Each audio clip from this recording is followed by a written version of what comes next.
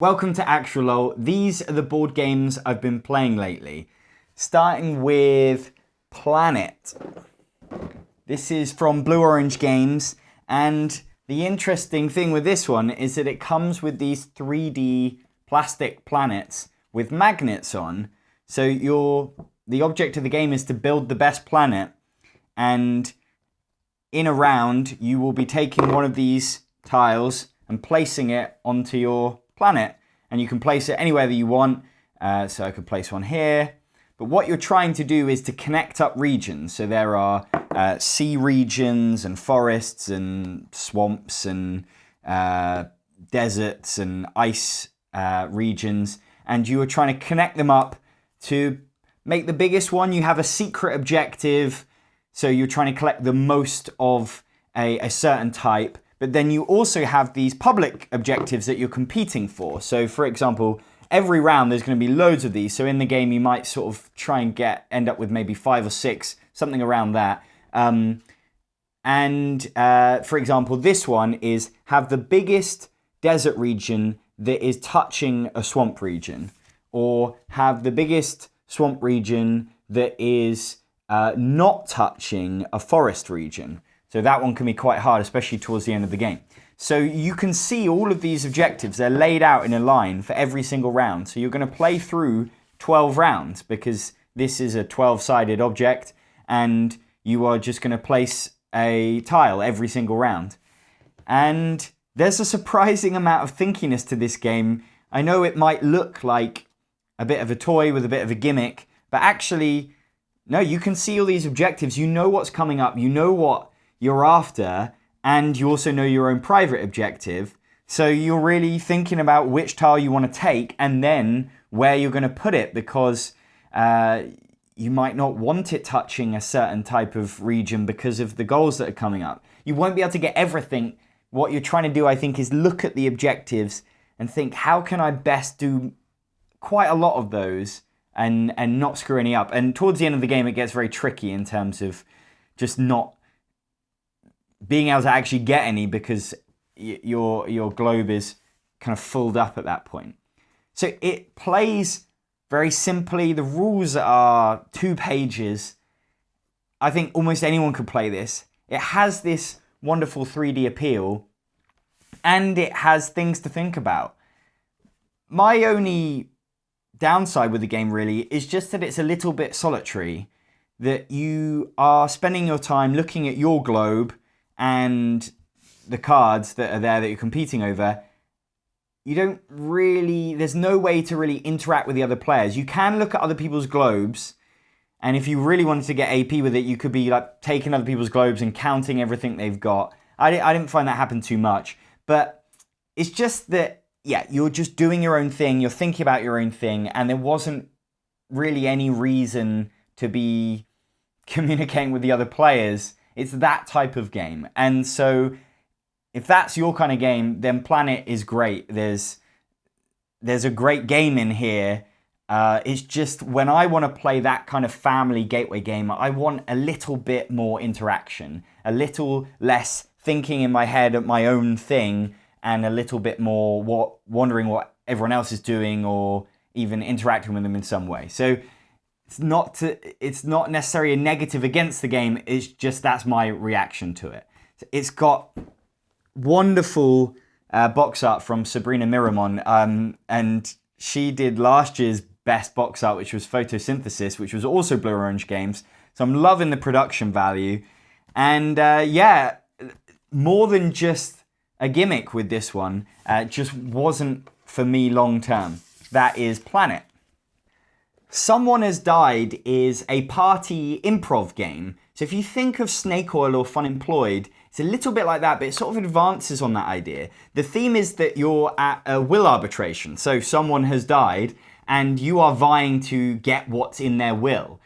The way it works is that one player plays as the estate keeper. They're kind of like the games master, and they will flip over a card that will reveal who has died. So there's an identity. So we played a story which was child star turned adult loser.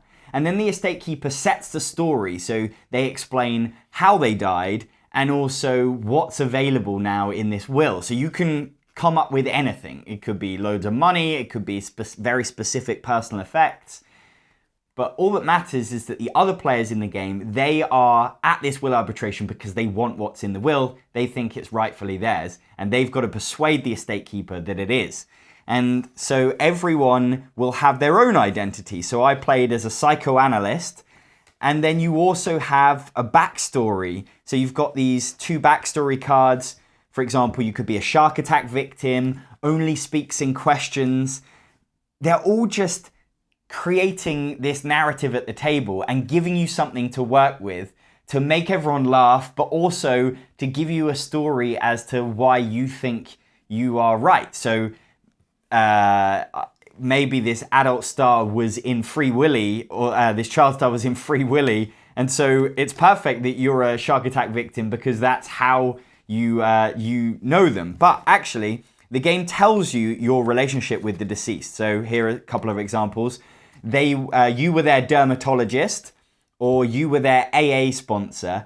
And what I love in this game is that all of the cards they've really thought about them to give them a lot of imagination potential. There's lots of fun that you can have with them. Some of them are quite straight, but with potential, such as like being an AA sponsor. That's something that could happen. And then other things are just a bit more ridiculous, like this only speaking in questions. Or your identity can be an Area 51 scientist. And they work really well together. None of them are so annoying and outlandish that they don't fit in. But there are some nice silly ones in there to kind of set you up for the tone that you want. And I loved this game. We played this at my local convention and we immediately just played it again, which is something I very, very rarely do. Because we just had so much fun with it and we wanted to create new characters and tell a completely different story. And I can just look back, this is like going back almost a month now, I know the stories that we told and they just move around because they're going to be different every time because you've got different identities, different backstories that are bouncing off of each other. But you're building on this story. So in something like Snake Oil or Fun Employed, you just pitch for one thing, that's like a round, and then you kind of reset and you go again.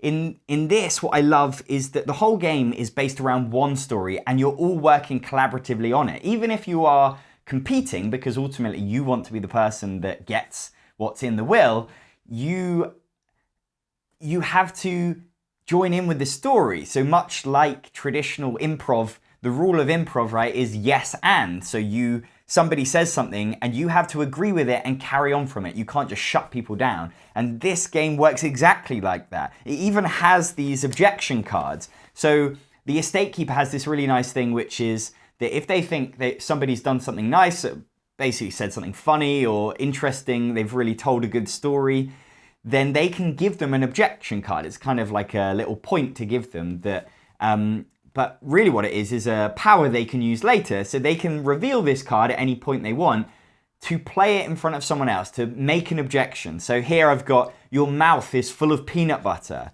or you're speaking with a fake accent. And what's cool about these is that the rule is you have to follow it. So if somebody has played this in front of you, you can't pretend that it's a lie. You can't weave your way around it. You have to admit that, yes, they are right. Your mouth is full of peanut butter. And then you have to yes and that and work with it and help adapt your story, your explanation. Because it plays over rounds. So the estate keeper will set the scene, and then you will have your opening statement where you reveal your identity and a couple of backstory, and you'll explain why you think you deserve it. Then you'll have a round where the estate keeper asks everyone a question, and there's also a new backstory comes in later on, so your story does evolve. Then you have a round where you can ask any of the other people questions, the people that are trying to compete with you, and then you have your kind of closing statement.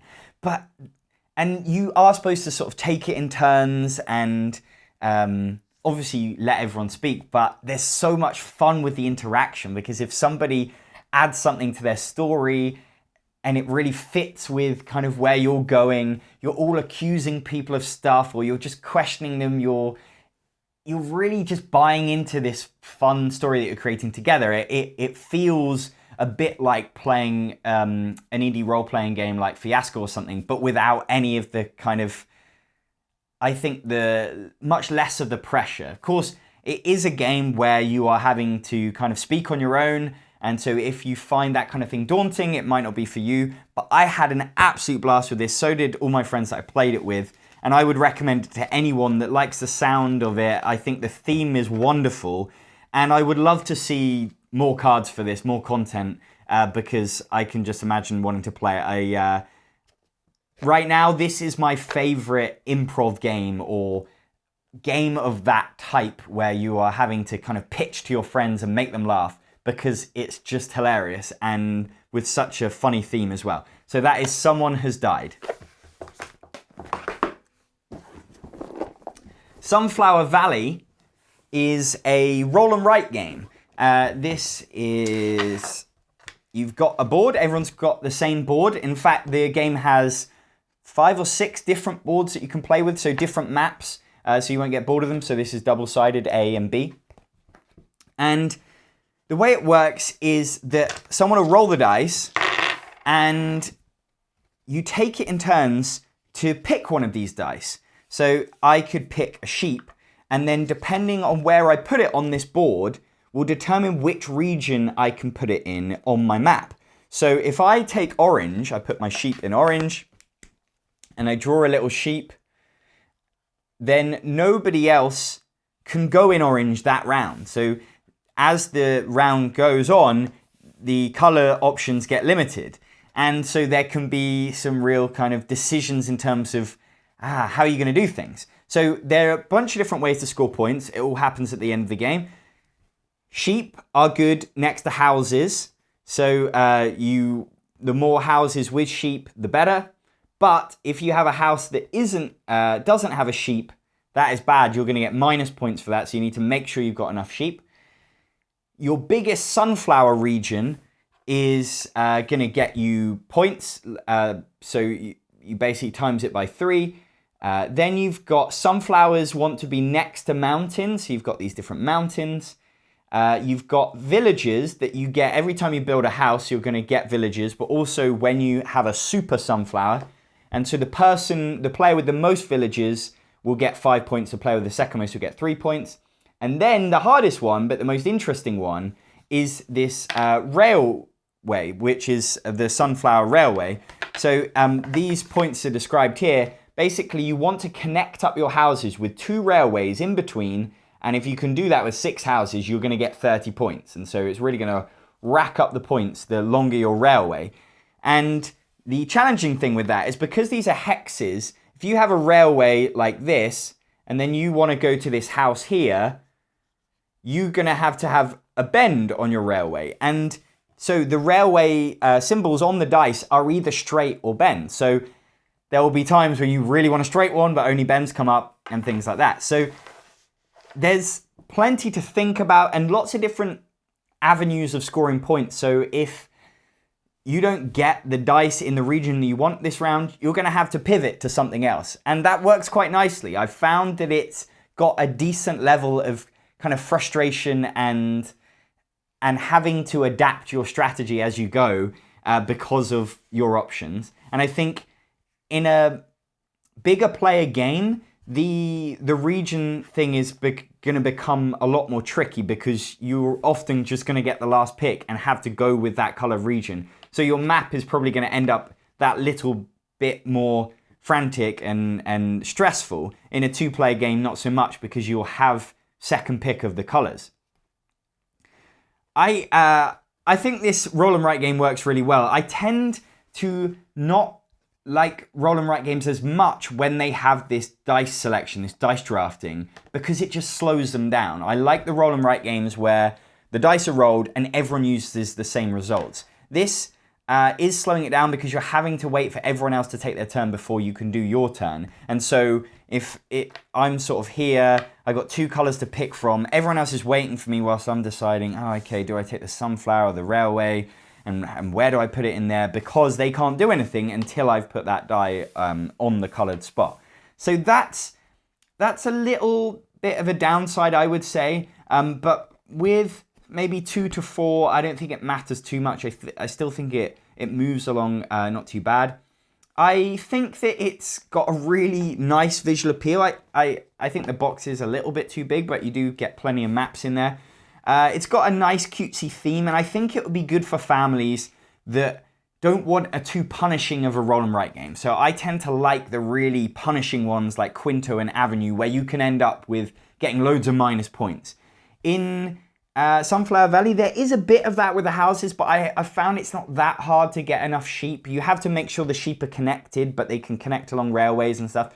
So there's definitely things to be thinking about, but as long as you pay attention, I don't think you're going to get that many minus points. Yeah, not a bad game by any stretch. I think it's a good one if you like roll and write games. If you want one with a cutesy theme that's really family friendly, then check out Sunflower Valley. Mackie Stack is a party game, family game, which is from Blue Orange Games, and it's very similar to they've got a whole bunch of games like Dr. Eureka, where you flip a card and everyone's trying to race to do stuff. This one twists on it a little bit because you're working in teams, and so you've got a card will get flipped, and it's showing you how to balance up these various different sushi pieces. And you're trying to do it before the other team. They've got an identical set of pieces. And what's interesting about the game is there are different ways, different challenges on how to hold these pieces, put together the pieces. So on their own, you know, this card here would be done very simply like this. But obviously you're racing to do it. So there is that challenge. And they can fall over, but I don't find that they're that hard to stack up.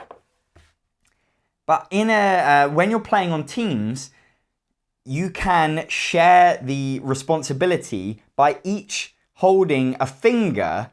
They call it picking it up with chopsticks. So I would have a finger, and then the other player would have a finger. So you have to kind of put enough pressure on either side to move the pieces. And I think that's like a really cool twist on, like, it adds a dexterity thing to it. So obviously if you don't balance it very well, then things are going to fall over.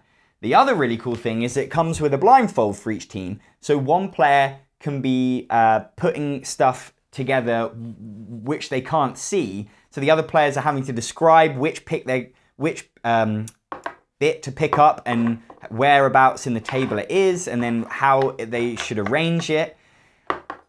I've found that the game is fun, but I almost found it just a little bit too easy and simple for adults. And I'm always just looking for these types of party games to play with adults. So I think it could be great with kids. I wish there was a few more bits in it. Like, the fact there's only sort of 6 bits, just, it means it feels quite samey. My favorite way to play it is where one person is playing with a blindfold, and then another player has to do the chopsticks with them, and then another player is describing the card, if you're playing with 3 on each team. Because that is the most challenging way. And that was, I suppose, just my frustration with the game. It wasn't huge. I had fun with it. I just wanted more of that level. I wanted to skip straight to that really chaotic, fun and tricky dexterity challenge with the blindfold. I think this is like a really nice twist to have. I don't have any dexterity games, I think, with a blindfold. And it was like we got to that level after trying out all the kind of the more simpler versions, and then there wasn't anything more beyond that.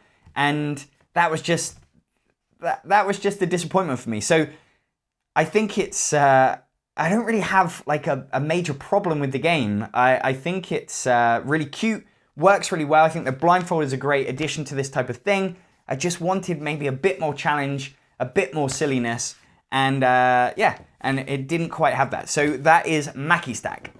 Spectre Ops Broken Covenant is a standalone expansion to Spectre Ops. This is a hidden movement game that I covered in my hidden movement mega review a while ago.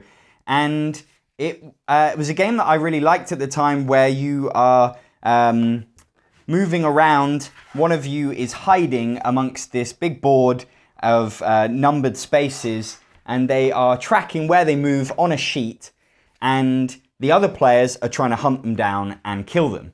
And what I liked about the theme was that it had this zoomed in feel. You're actually in a building and you are hiding behind walls. And so whether somebody can see you comes down to a line of sight.